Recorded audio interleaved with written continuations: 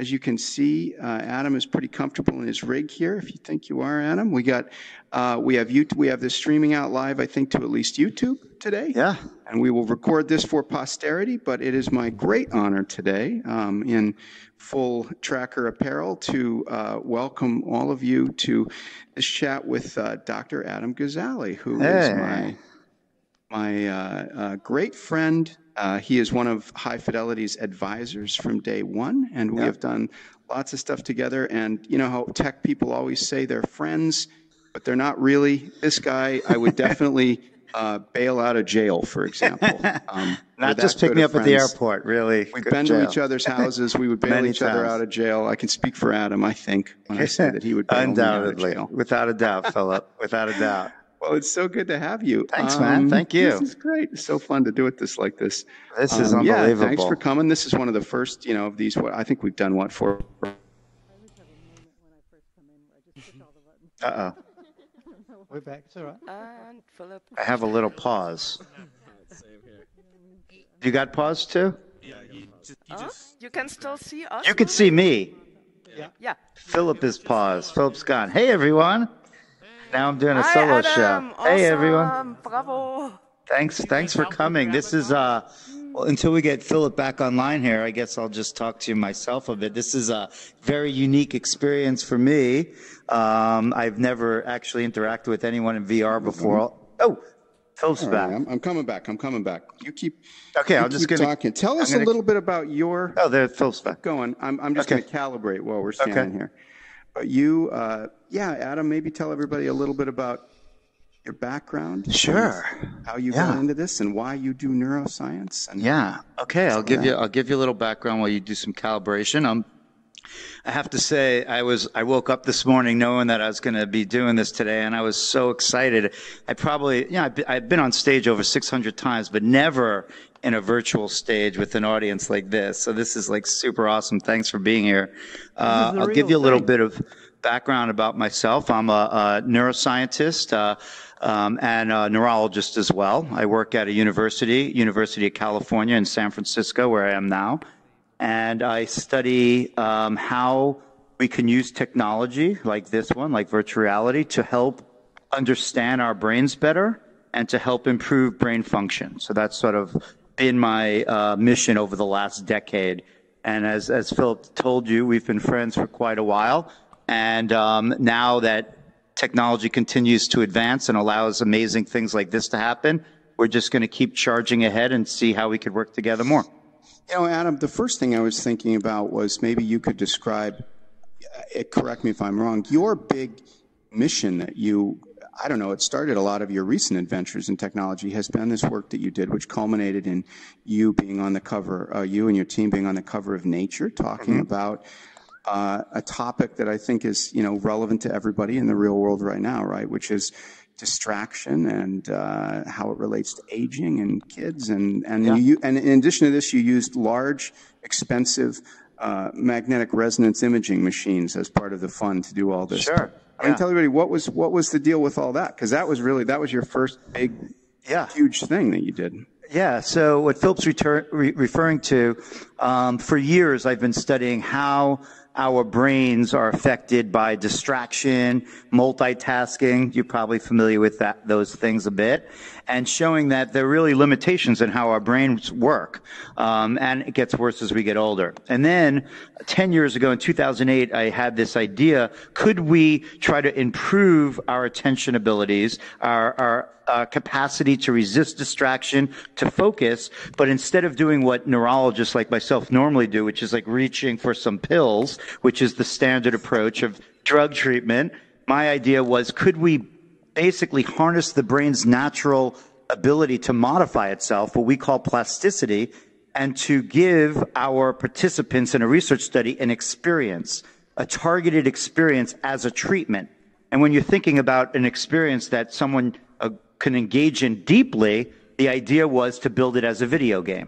And so I reached out to friends of mine at LucasArts, and we built a game called NeuroRacer to challenge the brains of our participants in a very targeted way, and also what we call a closed-loop system, meaning that as they were playing the game, all their performance metrics were feeding into the game engine and allowing the game to target these abilities right at the level where they could tolerate, where it's not so hard that they give up or so boring, that they just stop playing. And we showed that after a month of playing, older adults are able to not just improve their ability in the game, but actually their attention and their memory improved on very different tasks. And that's why it wound up in Nature in 2013.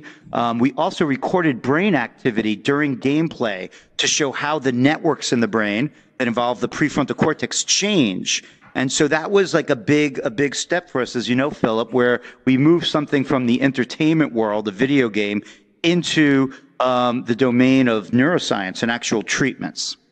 And we're about to see, well, so where is that all going now? I think that was probably close to the time that we met, right? Yeah, I think so. Because at that point that you realized that maybe this could become something that was broadly available to people all over the world, right? So that was just at about the founding of Akili, right? Exactly. So when Philip and I met each other, a good friend of ours, Kevin Rose, introduced us, and I was just helping to launch a company as a co-founder called Akili. And the mission here was to take our technology that was in a lab situation and move it into the real world. And in order to do that, we knew that we couldn't accomplish that at a university. We needed a company. And so the patent behind it that my invention, this game, was actually licensed to this company, Akili, and we launched it with friends from the video game world, from LucasArts. And we launched Akili. I guess it's almost been 8 years now. Amazing. And I know, time flies. So that was 2010, 2011 when we got started, and when we went to Boston on our trip. To Boston. Adam and I got on a red eye. We never really hung out. We flew to Boston together and had that bonding on an airplane, having a few drinks and flying out on the red eye, and we just got so into each other's work. And we came out and heard these guys talking about how to do this with a video game, which was incredible. Yeah. So the idea here is that essentially right now, if there was something wrong with your mood, if you had depression, anxiety, or an attention deficit, or a memory impairment like dementia, as physicians, we would treat you by giving you drugs, right? Small molecules. The problem is that they're not very targeted to the neural networks of our brain, and therefore we get all these side effects, and they're not personalized. What we were trying to do at Akili is to take the technology that I described you, that video game, and essentially turn it into medicine, to use it as a treatment to help improve the abilities of the mind when they're deficient. And so what Akili's done over the years is now built a way better game than what we developed, which was really a prototype at UCSF. And now we're doing multiple clinical trials to show that we can improve symptoms even to the level or beyond that we currently accomplish with drugs. And so we have multiple clinical trials going on, and where Akili's at right now, we actually don't have revenue yet, but we're very close. We just completed what's known as a phase 3 FDA registration trial for the treatment of pediatric ADHD. And so what that means, it's a multi-site trial across the United States, 20 different sites, 350 kids with that diagnosis. And they went through a controlled study. So there's a control group doing a different game. And what we reported in December was they were able to improve their attention abilities on a diagnostic test of ADHD. So what happens right now is we go to the FDA. This will be essentially, hopefully, even before the end of this year, early next year, approved as a Class 2 medical device for the treatment of pediatric ADHD, which would make it the first non-drug treatment for ADHD and the first prescribable video game. So it should be a big year coming up. Cool. Thank you. Isn't that amazing? It's been so cool to be riding along for this and be part of this, watch what Akili has done. It's incredible. You know, one of the things that you told me right at the beginning that I thought was pretty cool was this idea of transference, right? Yeah. This idea that, this is very interesting. One of the things Adam told me was that it's very easy to see an improvement in some skill in a video game and say, oh, therefore, I'm now better at, doing this broader set of things in the real world. And he was explaining to me that it doesn't work that way, right? That's a very difficult thing to have happen. Yeah, that's where the field has sort of been stalled, right? The concept of all brain games, this entire field, is that if you challenge yourself with an experience, you could change your brain. That's like a non-contentious point in neuroscience. It's the entire basis of all of learning. But not all experiences are created equal, just like not all drugs are the same or food is the same. And so you need a very special experience that's well-targeted and also adaptive, and also one that you can engage in deeply and immerse yourself. Just like if you went to the gym and just went through the motions, you're not going to expect those physical changes. So it's just the beginning to say that we want to build an experience to change the brain. Then you have, like in our case, years of development. We have multiple games now. And then you have years of research that you have to do in a very careful way to show that it actually does what you think it's going to do, to lead to improvement outside of the game into other domains. That's really the goal. I don't know. I know for me, Adam, and I don't want to admit this, but one of the things that was meaningful was in your work, you also explained that aging and attention, right, if I understand correctly, that we all become inattentive as we age. And that some of your work was in deeply understanding what is happening there. One thing, if I remember you saying, was that we don't become less able to focus as we get older as people. We simply become easier to distract, right? And if I remember, it's also the case that if you have something like ADHD, you're sort of inherently easy to distract. Is that? Yeah. Some of my earliest, you're exactly right, Philip. You definitely were paying attention. So yes, in class. Some of my earliest research showed that attending and ignoring are not just two sides of the same coin. If you're paying better attention, it doesn't mean you're actually ignoring better. And what we found is as we get older, we focus, 60-year-olds focus pretty much like they're 20-year-olds. What they're not doing is filtering and ignoring irrelevant information. And that really is what impairs their memory. So when you have these senior moments as you get older, it's really about not filtering out those distractions. And what we showed with our video game treatments is that we can actually improve that filter, that ability to hold focus. You know what's crazy about that? I just thought of is everybody's getting mad about. I've seen a lot of stuff lately with notifications and people trying to divorce their iPhone, right? And I myself have been doing that lately. I've been aggressively turning off notifications. This is kind of related, right? Because what I've found as I've aged is that I sit at my desk and everybody's sending me Slack messages. And you're right. When I was younger, I don't know how I ignored them so easily, but I just did, I guess. And now I got to turn those notifications off because it's killing me. Yeah, I mean, that's true. It does get worse as you get older. I think that the research field in general, it convincingly demonstrates that not only are we more susceptible to distraction, but when we try to engage in more than one information stream or task at a time, we have more impairment from that.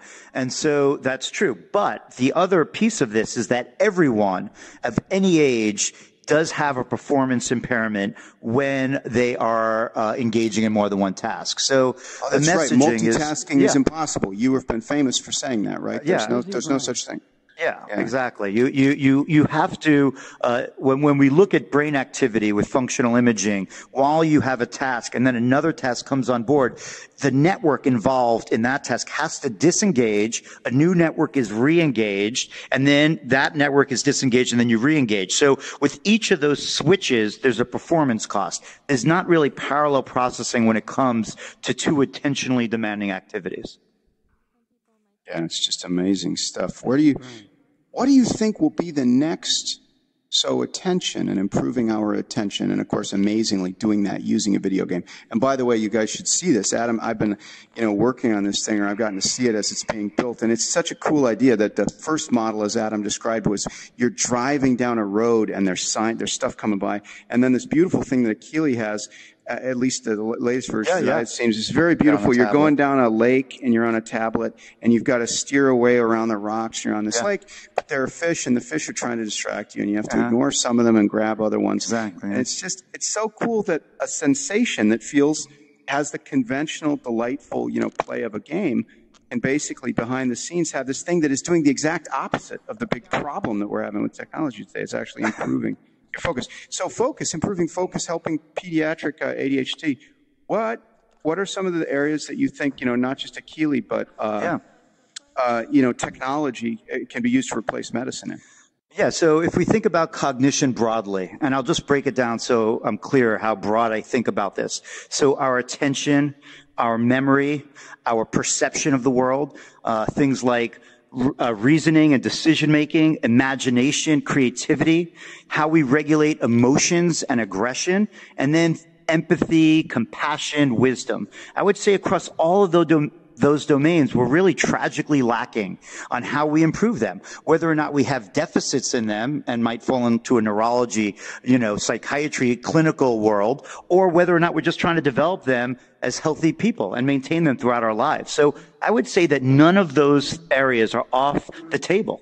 It's possible that we could build interactive experiences using video games as a very powerful way of grabbing people's attention and having them engage deeply to improve all those abilities. And then I would say it's the next frontier to think about all the other technology that we've created, from motion capture to physiological devices, and especially virtual reality and artificial intelligence as the next generation of medicine. Like, I'm looking around this room. I mean, this is, to me, the future of medicine, just this exact thing right here.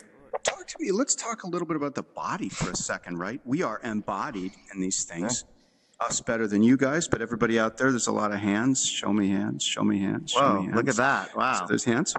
Yeah, there's hands out there. We're embodied in these devices, and that's different than using a mouse and a keyboard, and I suppose using a tablet is a little bit different, but what we're doing now is profoundly embodied. What are your big thoughts on, I guess, at a high level, as we begin to be able to use VR?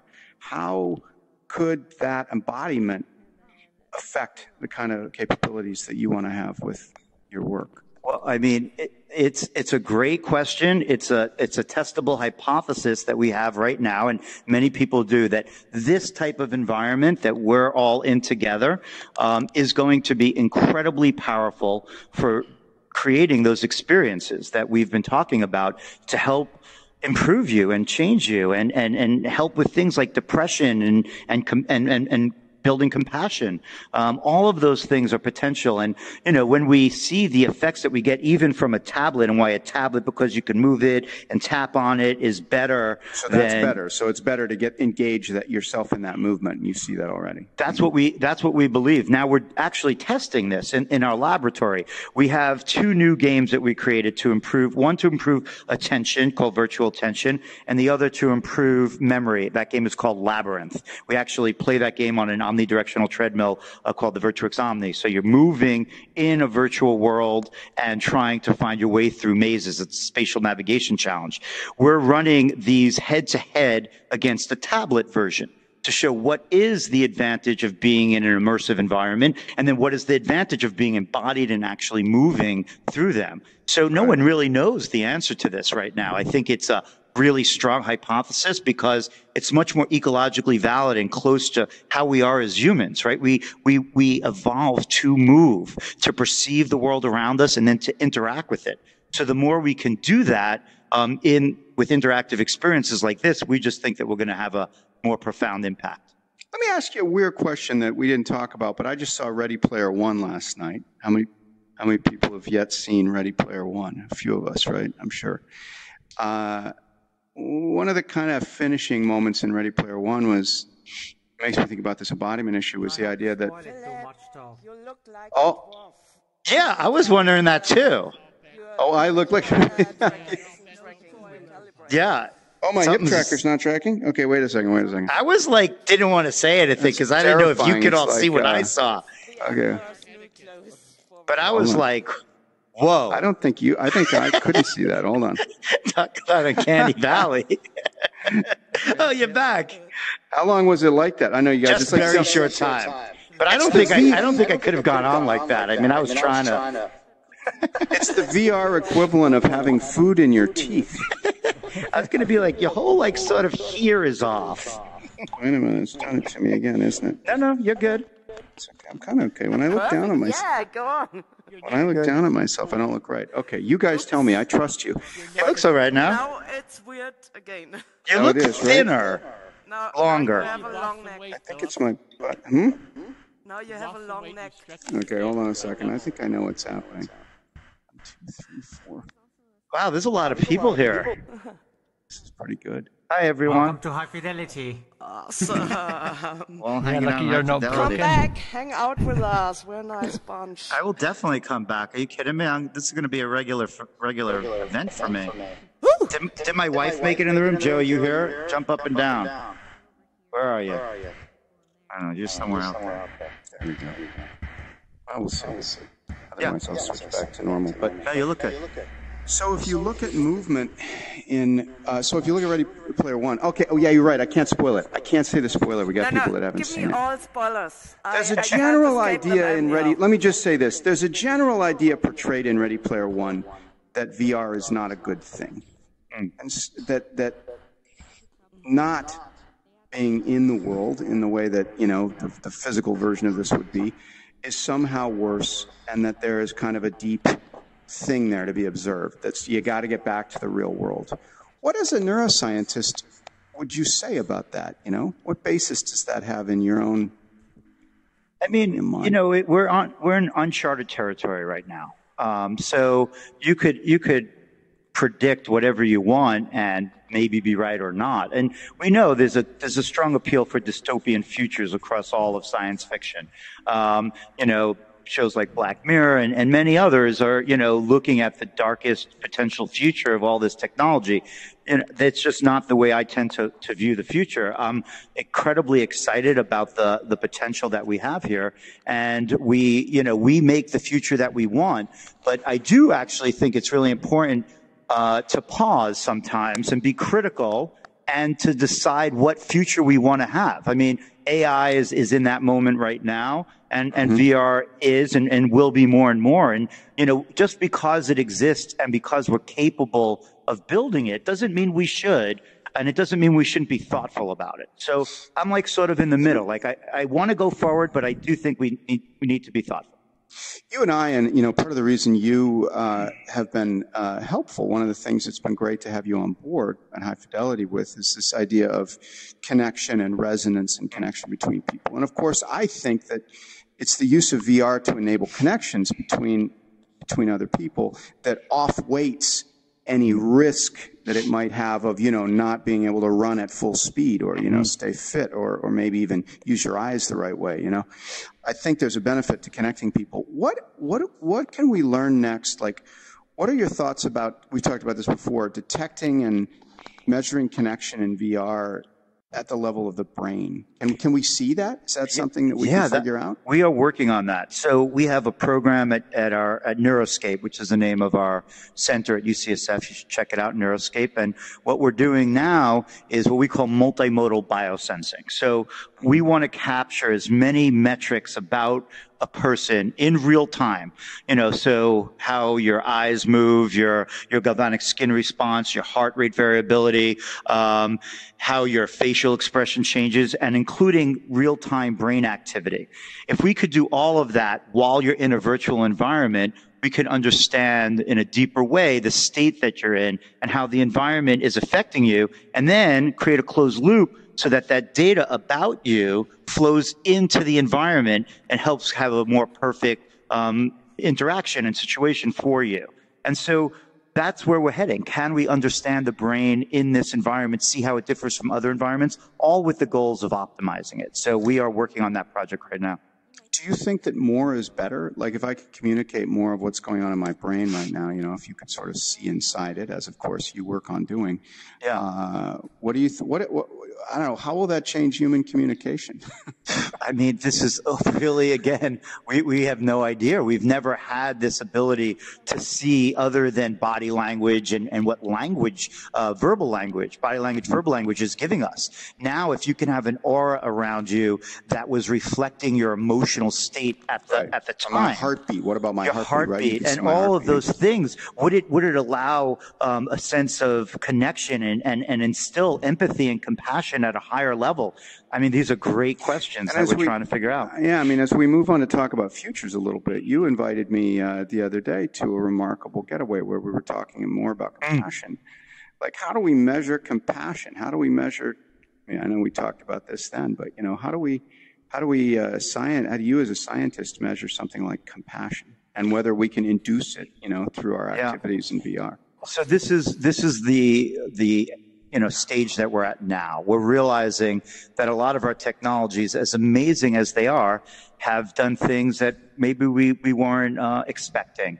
That we know that text, and I'm not just talking about virtual reality. I'm actually not talking about virtual reality now, but we know, like, for example, social media, which had this promise of bringing us together and has in many ways, has also increased loneliness. And we see depression and anxiety and even suicide in young people. And so, how we use technology and then how we record its impact on us is incredibly important and has probably for too long been ignored. So that is the direction we're going. Can we use physiological recordings and all these other multimodal markers, right? I don't think it's going to be one metric. It's going to be capturing all of this data and then using machine learning to understand where the most interpretive value of that data is, so that we could, have a better experience in these new worlds that we're creating. And broadly, I mean, both of us are enthused about, in our own work, about this idea of, can we use not just VR, but live, VR, whatever you want to call this, social VR, to increase compassion and to enable compassion. When I watched that movie, I thought that nowhere in Ready Player One was this idea of, or not substantially, was the idea of creating new connections between people who didn't know each other before. I mean, somebody can get to know you as a person, as I do, in this room. Maybe this audience is. That's what I mean. I mean, people are able to see you, and I mean, your every facial expression is not yet conveyed, and there's a bit of clumsiness in your body. But I mean, you are able to be Adam. I've seen you talk on stage a ton of times, and you're very engaging. Partly, I love having Adam here because I was telling him earlier, I know that Adam is an extremely engaging, compelling speaker. So if we get up on stage and you guys say you're bored after this, we know it's a technical problem. No, it's not the presenter. Well, it's interesting. So I just want to comment on the connection. Like, I feel like we're talking to each other. I've never had this experience in a virtual world. Like, especially like the head nodding, and this is your thing. Anyone that's ever heard Philip speak, and even from the core of high fidelity as a concept and then a company, has been this notion of low latency communication. So if we can't, like, I feel like I'm looking you in the eyes. I feel like we're nodding. When you go like this, I'm like, oh, maybe you didn't understand what I was saying. Like, it's there. I wonder what we have to convey next as a thinker in this, like I am. What do you think lately? What do we need to do next, right? Certainly eye motion, right? I mean, our eyes are faking it right now. Yeah. But of course, I can't see your eyes. Facial expression would be great. But it's really amazing. I haven't had this experience, and seeing people out there be able to respond with a wave. Look at all those people. I know. Or we could do the wave. Why don't we take some questions? Who's got a question? Can we drop the mic shields, and anybody wants to hit us with a question? Chaos, I see you running up there. So cool to be able to be in these trackers. We got to make this easier. Yeah. Hey, Chaos. Hi. Can you hear me? The mic is Yep. The mic is low, but we can see. Hello. So I'm Chaos Princess from Munich. And thank you very much for coming here. That's been a very impressive talk. And I knew my question even before the talk. So of all people I met in my life, probably you're the one to be able to answer this. So I made a very interesting... Can I stand up and you can still hear me? Yeah, we can still hear you, Chaos. Yes. It's like you've been punked by us. That's just a joke, Just lower the microphone and see what happens. Yeah, that's what they did at the Oscars one time. Stop talking. So I had the observation that walking through other avatars or through walls when being in HMD gives me a haptic sensation when it comes to the areas near the eyes. That's fascinating. So somehow, like, my synapses have been recoded to get like visual input as a haptic sensation. Yeah. So I see like this added what happens in your visuals when you walk through like the shell of an avatar or a building. And then I feel get it. like a sensation. little current on my That's amazing. Something. Explain Wow. that, boss. Yeah, I mean, you know, we know that our brains are plastic. This is that concept of plasticity. When you lose your sight, other areas of your brain, other sensory areas could come online to help represent information, usually the visual cortex. We know this phenomena happens in ways that are quite disturbing to people, like phantom limbs. After losing a limb, you continue to have sensations. It's actually quite disturbing, and it could be even painful. So, you know, the brain could remap itself in lots of ways. And that's an amazingly fascinating observation. But I would assume that it's, whether or not it's a full remapping or such a strong association, in either way, you know, that's your experience, and it's really interesting. So here comes my question. Like, I'm really intrigued by that, because this is like also like, in the meantime, it's like a very pleasurable feeling, and I'd love to like train my brain even more on that. Do like VR tantra, if you will. And on the other hand, hi-fi and sensory, what is sensibility? Neosensory, the vest. Neosensory, yeah, the crazy vest. David's. are David's releasing this super tempting haptic vest. And now I'm facing like the crucial VR decision if I'd rather like train my brain on visual input, or if I go like all cyborg and order anything haptic I can get hold of. I see the question. You know, Have you tried that thing yet, Adam? I haven't David's tried that vest. one. I've tried some haptic vests in VR, and like Subpack's vest, and I really enjoy it. I can't wait to try David's. I'm friends with him, and I know what he's been working on is really cool. You know, look, I mean, these are personal decisions on which way you go, of course. But in general, I am really excited about more and more sensory immersion. I have a project, a company that I just started called SenseSync to create full sensory immersion as a relaxation, a spa. It's sort of like in a pod, a sensory immersion vessel, we're thinking of it as. And you could smell, hear, see, temperature, wind, everything to just transport you into another world. So personally, I like using this full sensory array that we have to make this experience even more so. But, you know, I would try both. But if you could, have that experience, yeah.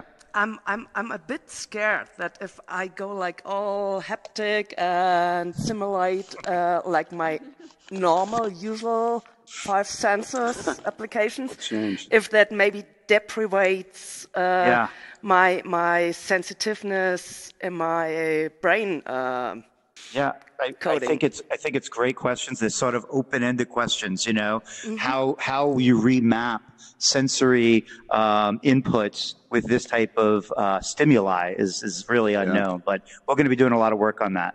Thank you. Nice meeting you. You had a question? To hear from you. Thanks, Chaos. Awesome. And we got that. Thank you. We got Chaos's elbows fixed, but it's not released yet. Yeah. This microphone is too high. Oh, now it went too high. In any case, hi, my name is Menithal. I'm from Finland. In any case, my question was related to escapism. Oh dear, I think I have some script active. In any case, I'm not going to activate it. The question is related to escapism, and since you are doing neuroscience, would you consider like the part of being in a virtual social world, like for example in the Ready Player One, which is actually a part of the plotline, but I'm not going to say anything else. Like being a part of this sort of world or any sort of environment related to virtual reality, the sort of like as for a mind respite for a virtual world, as in like, would a virtual world actually allow for our mind to have respite? I think so. It's actually a project that I'm working on, is to create almost like what I call a deep brain massage for your brain. So, you know, you go get a physical massage and maybe you feel relaxed, maybe not, you know, it's really about your muscles. But if you can have a sensory experience that really allows you to step out of the burdens of your moment, I think that could be a respite and could be restorative in many ways. And how I'm most interested in doing that is not necessarily just through human-human interaction, but to allow you to see nature in a new way, to travel to places that you might never have the opportunity to go to in the physical world, or to see a redwood forest from the perspective of the interconnection across all the trees in a way that maybe you could read about but couldn't experience from sensory point of view. So I think there's great potential in that particular area, and it's actually one of my most sort of aggressive areas that I'm moving into in VR. Would that sort of thing require a lot more advanced HMTs? I don't know. I mean, this is pretty awesome, I have to say. I would like to bring in other senses, as I said. I think the power of smell, olfactory stimulation is going to be profound for getting that sort of sense of displacement from your environment. But, like even right now, I'm having a hard time imagining that I'm in a room and Philip's like next door. And like, exactly. So yeah, I think that there's a lot right now with this technology to be able to accomplish that. I think one thing, Adam, that I'm reminded of that you and I have talked about, is this idea of and training you to believe that your virtual body is your own, right? The rubber hand thing, you put your hand underneath, and then you do the stroking thing, right? Where what is that deal? You touch both things at the same time, and the one you visually see contact while you feel it causes you to attach to the body. Yeah, it's in that same domain that we were talking about, phantom limbs, and you have this strong power of being able to displace bodies, and like the work of our friend Jeremy Bailenson of being able to switch bodies and having all these other perspectives is just fascinating, and again, areas of research to understand what their potential positive implications could be. We had the whole company, most of us, along with a number of the people from Linden Lab, from Sansar and Second Life, all in one theater with Jeremy. Yeah, I know you weren't able to make it yesterday, but we were all in the theater together, and somebody was saying, man, if somebody blew up the Metreon, it'd be like all of VR would be gone all at once. That would be bad. I know, I'm sorry I missed that. Yes, sir. Yeah, I was going to say, Adam, if neurons fatten and increase, or the dendrites fatten and increase with traffic, then if we put ourselves inside exosuits or other haptic things that supply more stimulus, would it not increase our brain rather than weaken it or reduce it? Wouldn't that be the case? And wouldn't our lives therefore become more richer and even, I'd say, more human, in the sense that we are sensing more and able to then express more? It's not going to reduce it, it's going to increase our capacity. Wouldn't you agree? I think it's a great question and a great thought, and I do tend to agree that the richness of sensory experience that you're describing, and not just the normal experience, but experiences, and this is a lot of David's interest in bringing in sensory input that we might not have access to given our current sensory receptors is really fascinating, and certainly a way of thinking about it is that it is expanding our humanness in a lot of ways, which is at its very core to enable us to interact with the world around us. We have a limited view and here, and from all our perspectives, just a limited piece of reality that we're perceiving. There's much, much more there. And so if this is a way to allow us to experience it, I think it has really profound implications for what it means to be human and expand it in the way that you're saying. I agree with you. That's great. Thank you. Yeah. Who's next? Hey, right there. Is this smaller coming up? Oh, is that small? Red? No. Who's got the next question? Is that? I have a question. I have a question. Oh, hi. Whoops. Sorry. So I was wondering where are you right now in the outside world? I'm in Boston. Hi. It's Lori. Lori, Hi. that is so awesome because welcome, and I recognized you, which is just so awesome, Adam. Lori just came with her avatar, and that's so good. Awesome. Hi, Lori. Hi. Awesome. I was wondering, when you design the games for ADHD or an experience for compassion, what are some of your biggest design considerations, or the things you avoid the most? Anything like that you could talk about, please? Yeah, it's a great question. So, the idea again is to create an interactive experience that's targeted to improving some aspect of your brain function and then adaptive so that it's personalized to you. So just, from our perspective, currently we have pharmaceutical medicines that deliver molecular treatments. This would be, in my mind, a digital medicine to deliver an experiential treatment. So the experience itself is the treatment. The video game is actually like our pill. It's how we get it to you. So when we're thinking about actually having a doctor pull out a prescription pad and write down a script to play a game for a month to treat ADHD, which is what we hope will happen, within a year, there's a lot of sort of responsibilities that goes along with that. So things that we consider are how to make this treatment a positive, but not make it detract in some way. So we know that our game designers are awesome, and this is going to be incredibly compelling. Do we want a child with ADHD to take their medicine excessively so that they're not out there physically, interacting with the world or meeting, people? And no, we don't want that. So we actually restrict the amount of time, the dosage, so to speak. And then there's also some really interesting questions of if you improve one aspect of how your brain is functioning, is there a trade-off? Well, other things become impaired, right? The zero-sum view of how our brain functions. And so we're always doing testing to see what might be the potential negative effects of this as well. So those are some things that we consider.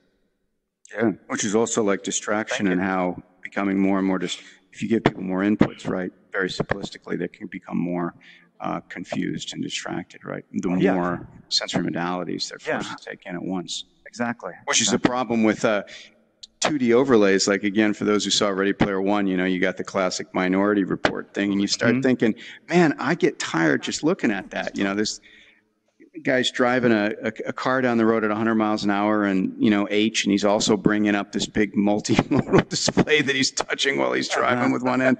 I think this has got to maybe not necessarily be a good thing in terms of brain development, Fair over enough. time.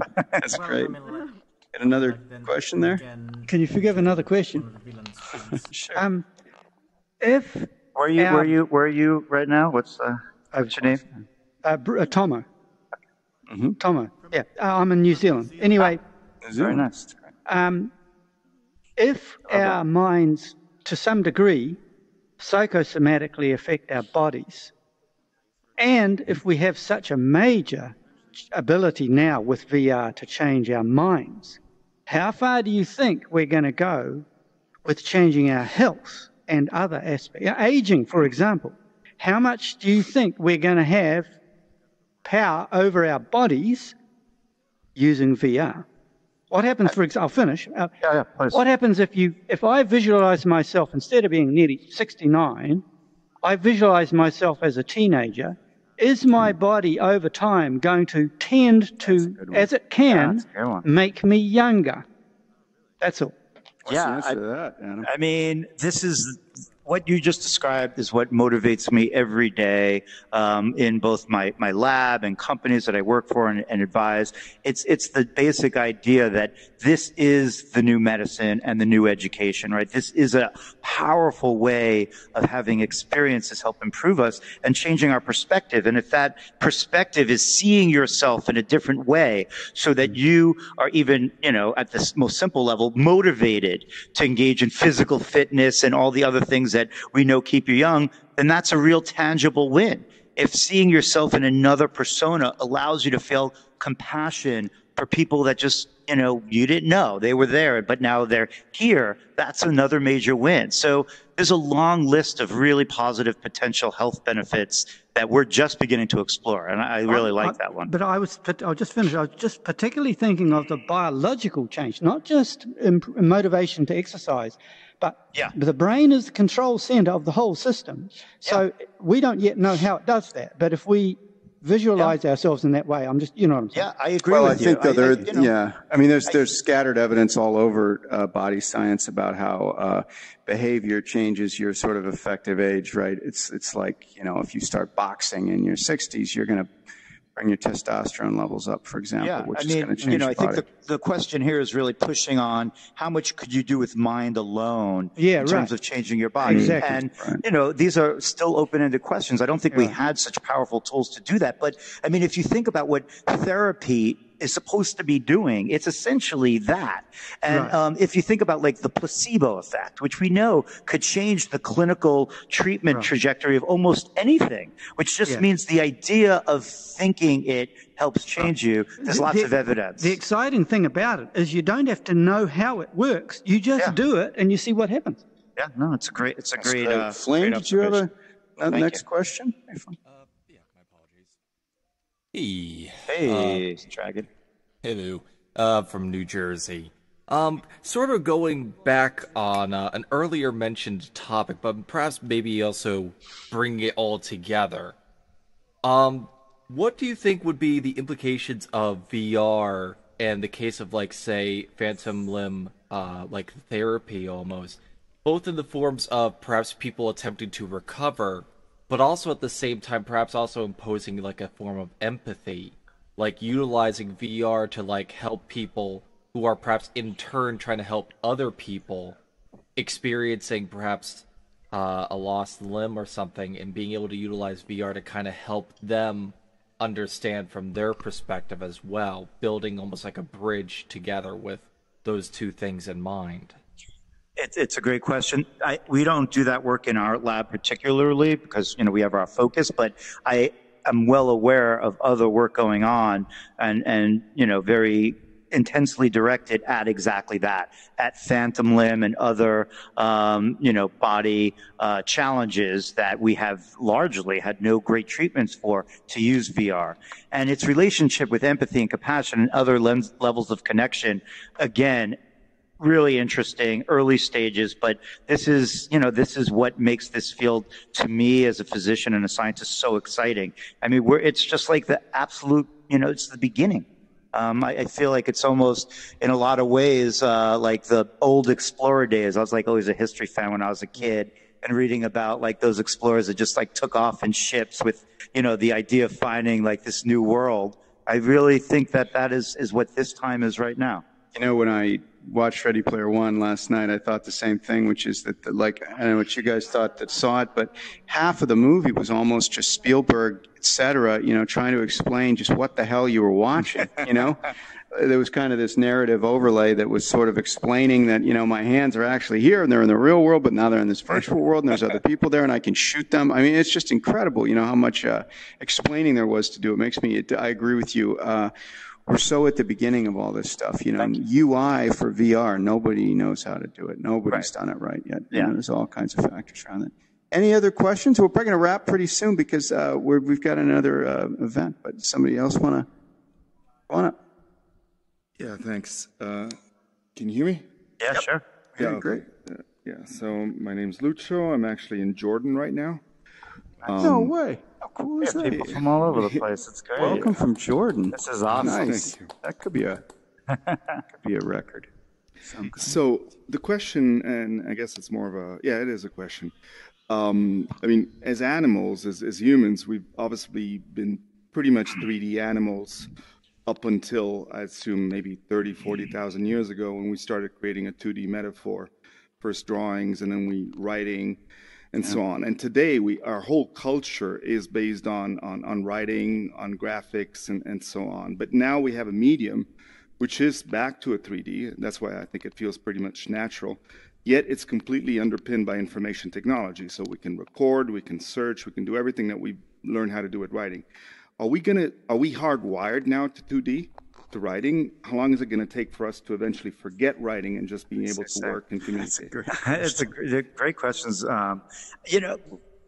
We don't know, but I could tell you my intuition from having studied the brain for so long is that we really could change very rapidly in terms of these type of dynamics that we have with environments and how we receive information. We could see it right now in how young people and kids are changing related to their constantly moving digital landscape, and some of it's good, some of it's not so good, but we have a tremendous capacity for that type of plasticity. And I think as we move to information transfer that's more ecologically valid, that's more appropriate for creatures that do move in 3D spaces, it's just going to be very natural, and it's going to be very rapid. Yeah, I would tend to agree. It seems as if our development time is our adaptation time on these new modalities seems pretty fast. Yeah, for sure. Philip, I was thinking we have to do this again with what we did last time we were on stage at South by with a little real-time brain recording. That was here. Amazing. I know. Adam and I did this thing. It was called the Glass Brain, which is from Adam's work, where we took my lovely wife, Yvette, and we threw her in the scanner, and we scanned her brain. And Adam was able to do this thing where you can see the axons, the long pathways? Yeah, the fiber pathways, the white matter. Yeah, so we had the structure of her brain, and then we had her wear a 64-channel wireless EEG cap. So this is at South by Southwest, maybe like 3 or 4 years ago. Yeah. And then we showed in real time on the structure of her brain the rhythmic activity and the communication between brain areas while Philip was interacting with her. Is really awesome. I think it would look awesome right here. It was a blast. I would sit and squeeze her hand or give her a kiss, and we would try to elicit, look at the responses in her brain. But then I could fly around with the Oculus. But that was back in the time of the DK2. Yeah. Yes, exactly. This thing on. So, yes. And I was flying around inside Yvette's brain. Yeah, in VR. We were. Yeah, it was awesome. Fantastic. Wow. Well, listen, everybody. I feel like we're in class. I love this. It's like the university. This is amazing. The University of High Fidelity. Adam, it's been so great to have you here. We got to take like 10 minutes between classes because we got to walk from here, on Ludus. We got to walk from here to the next class, which hopefully everybody's going to join us in 10 minutes or so at Soliloquy, where we're going to see Teresa give us some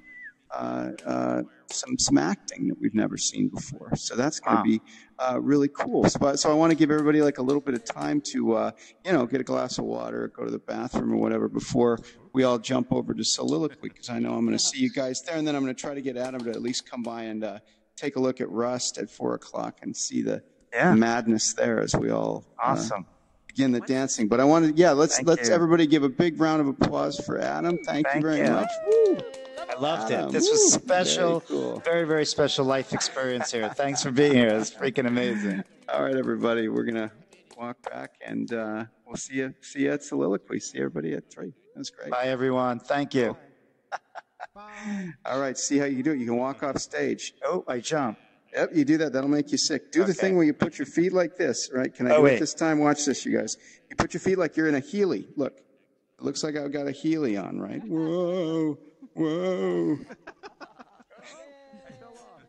Oh, no. He fell off. We've lost him.